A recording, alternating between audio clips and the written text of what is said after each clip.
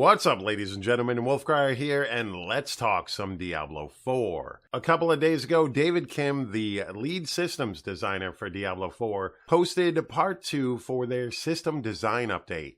And in this blog, Mr. Kim reveals some major changes coming to the itemization system as opposed to what we were shown at the Diablo 4 reveal at BlizzCon back in November. Now, I do know that there are some concerns or worries within the Diablo community when it comes to itemization and this update in particular, but I do have to let you all know that for the most part, I do not share these concerns when it comes to this specific blog. I am actually quite impressed with this update, and it actually starts off well before they start talking about itemization within this update, and that's where they say that we don't want to create an exact copy of Diablo 2 or Diablo 3. Now, for those of you who have seen some of my videos or watched some of my live streams, this is one thing that I am very adamant about. I want Diablo 4 to stand on its own merits. I've had the great fortune of being able to speak to some of the developers of Diablo 4,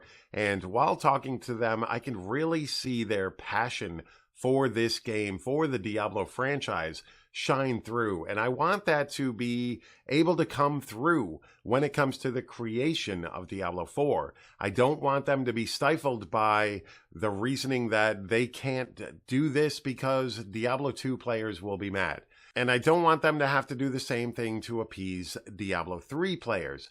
Instead, I want them to take the best of both games and create something new, something fantastic, something that people will want to play in the future. Now, for those of you who do know me, I play a lot of Diablo 3. I've played it since launch, but prior to that, I did play Diablo 2 for about 8 to 10 years of my life. And I love both games. I think both games have their flaws, and I think both games are amazing in their own right. But I don't think that Diablo 4 should copy either one. I don't want an expansion to Diablo 3.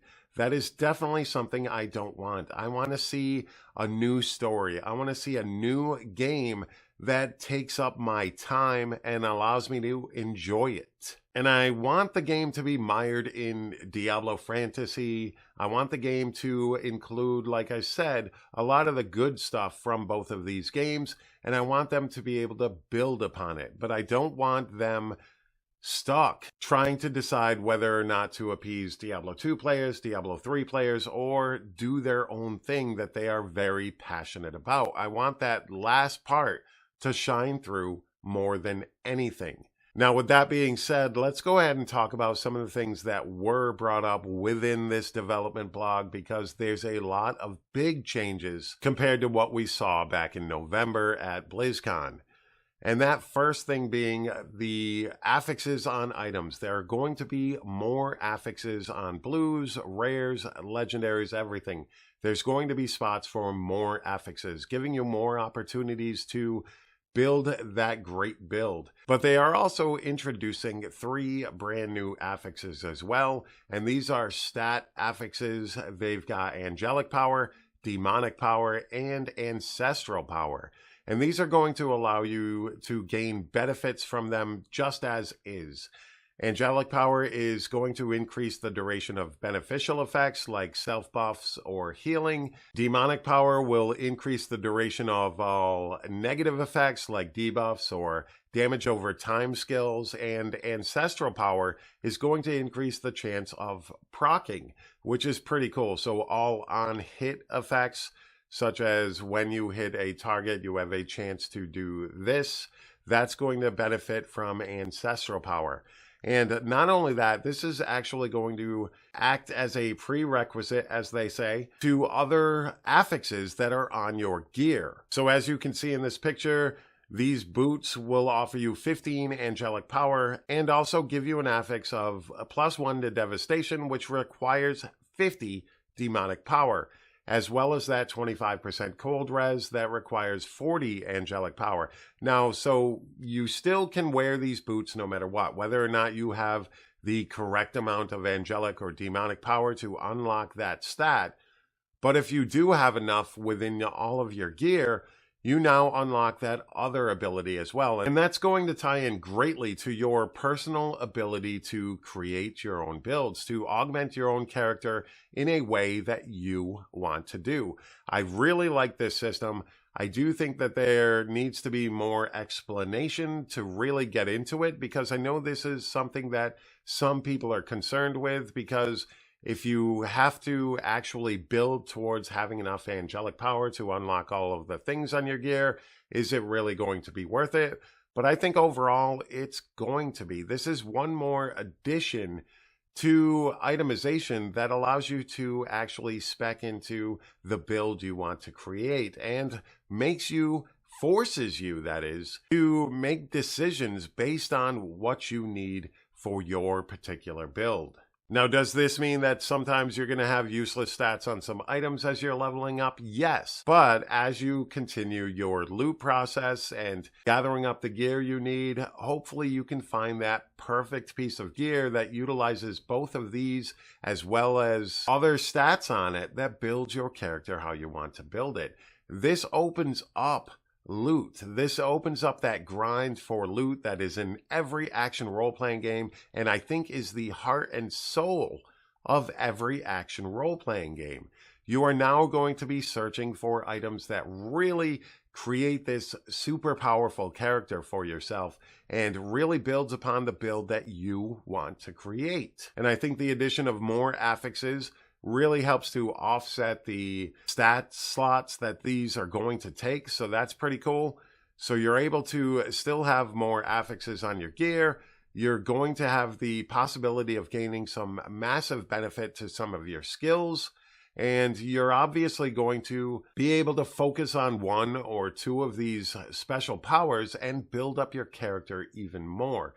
And like I said, it's not going to lead into that superpower right off the bat. You're not going to be able to create this endgame character right away, which is very cool. It's one thing that I wish Diablo 3 had. Instead, with Diablo 3, you're pretty much given everything you need right off the bat. It doesn't take very long at all to farm up gear for a specific build, because you are looking for those specific items, and once you have them, you can at least engage in high-end endgame content.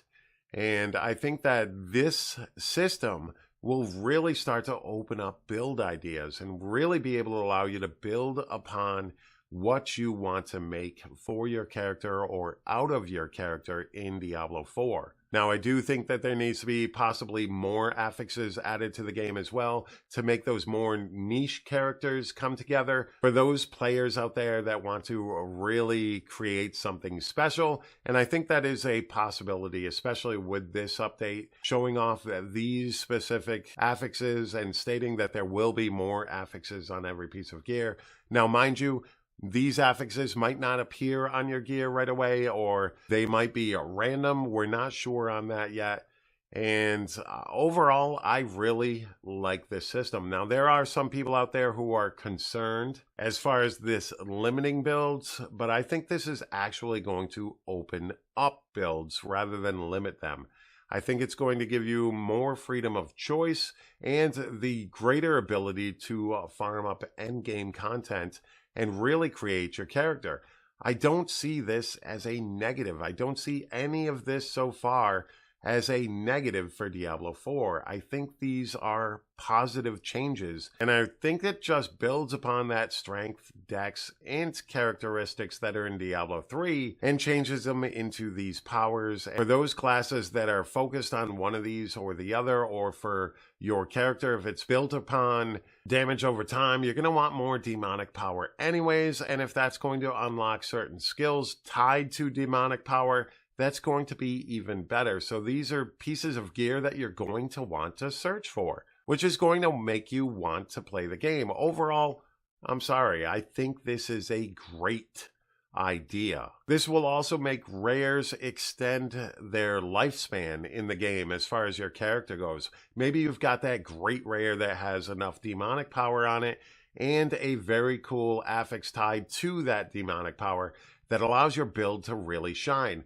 Now, why would you replace that with a legendary or a set item in the game if that is something that really makes your character go the distance as far as endgame content goes. It would take a lot of decision making to override that piece of gear, and that is pretty awesome. I want rares and even blues to have meaning in the endgame. Otherwise, I want them removed from the game during endgame of Diablo 4.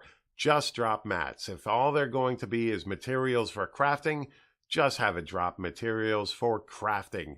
If there's no use to blues or yellows in the endgame in Diablo 4, why are they even there?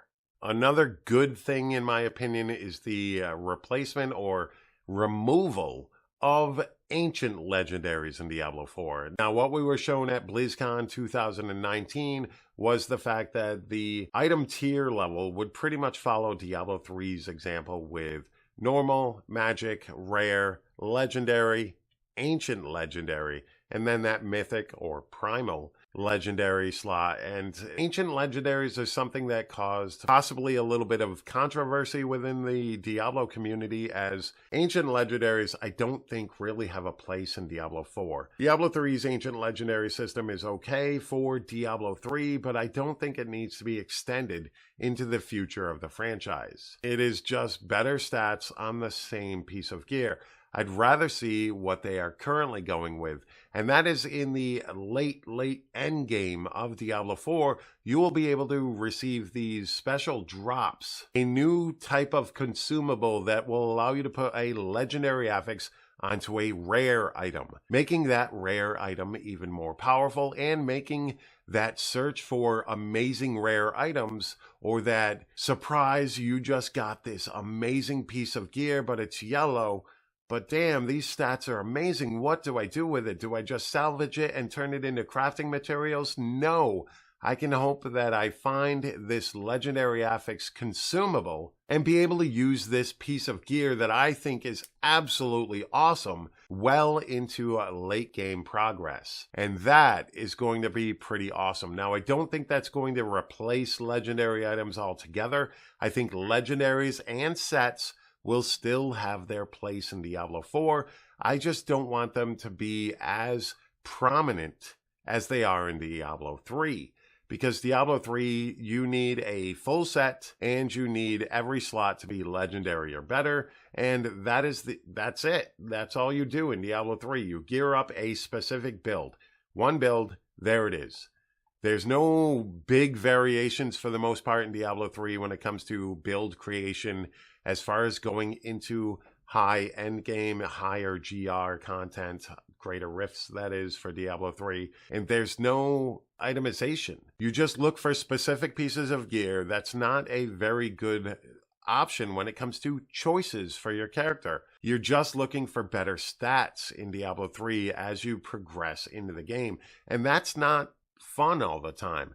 And I think Diablo 4, having those rares be able to take on legendary affixes, that's pretty amazing because you still have this fantastic loot grind ahead of you. Now, I know there are people out there who are more casual players, but I think this is going to be something that can be learned and can be guided into. As they said in this blog, I think they're going to go off the idea that the game is going to be easy to learn, but hard to master. And that's the way it should be, ladies and gentlemen. I don't want to be able to go into this game and instantly go into endgame content and be the best there ever was without any thought process or work behind it. And I think that this, along with the new affixes added within this update, is going to help make that possible, going to help you think about what you're doing in this game. You're going to still be able to enjoy Diablo 4, but you're also going to be able to really start to fine-tune those builds using both of these new changes. And I'm really impressed. I really like these ideas. I really like the fact that ancient legendaries are gone. Get those out of here. They don't have a place in Diablo 4. They barely have a place in Diablo 3 other than to upgrade your stats. You're not actually gaining any extra benefit from the items except for higher stats. And I think that this is going to be great so far. And I can't wait to hear more of what they've got to say when it comes to itemization. I look forward to the next blog. I don't think this is a bad thing, ladies and gentlemen. It opens up more opportunities for builds and opens up more reason to play the game as far as itemization.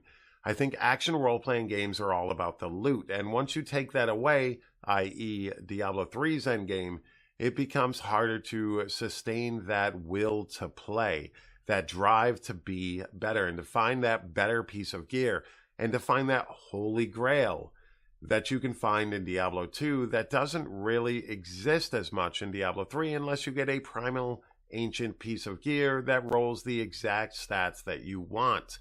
But that is so far and few between. And I think that people out there thinking that rares are going to be more prominent, yes, they are. But as far as finding that perfect rare piece of gear, try playing Diablo 2 or Path of Exile and find that perfect rare. It is so hard to do. So therefore, legendaries in Diablo 4 will still retain their value and be harder to be replaced by rares unless those rares roll extremely well and you get very lucky, and then you're ecstatic because you actually found something that could take that power from that legendary and become part of your build. And that's what I want out of Diablo 4. I want that feeling of, oh my God, look at what I just got. This is crazy. That's what I want Diablo 4 to be. That's the feeling that I want Diablo 4 to bring when it comes to itemization. Let this team do what they want. Let's see how this all works out. We can discuss a little bit more once we get more information on how these two things are going to work, as far as how far into the late game these things are going to start showing up and that sort of thing. But overall, I think this is a great idea. Let's let Diablo 4 be Diablo 4. Let's see what they have to show when it comes to this particular update. I personally can't wait to see how this goes. I am loving this update, ladies and gentlemen. But all right, thank you so very much for taking the time out of your day to watch this video. I always greatly appreciate it. Don't forget to hit that like button, hit that subscribe button, and let me know down in that comment section down below your thoughts, your fears, your concerns with this update, and what you think about everything we've discussed so far today in this video. And once again, ladies and gentlemen, thank you so very much for all of your support. I greatly appreciate it. And you all have a fantastic day. Peace.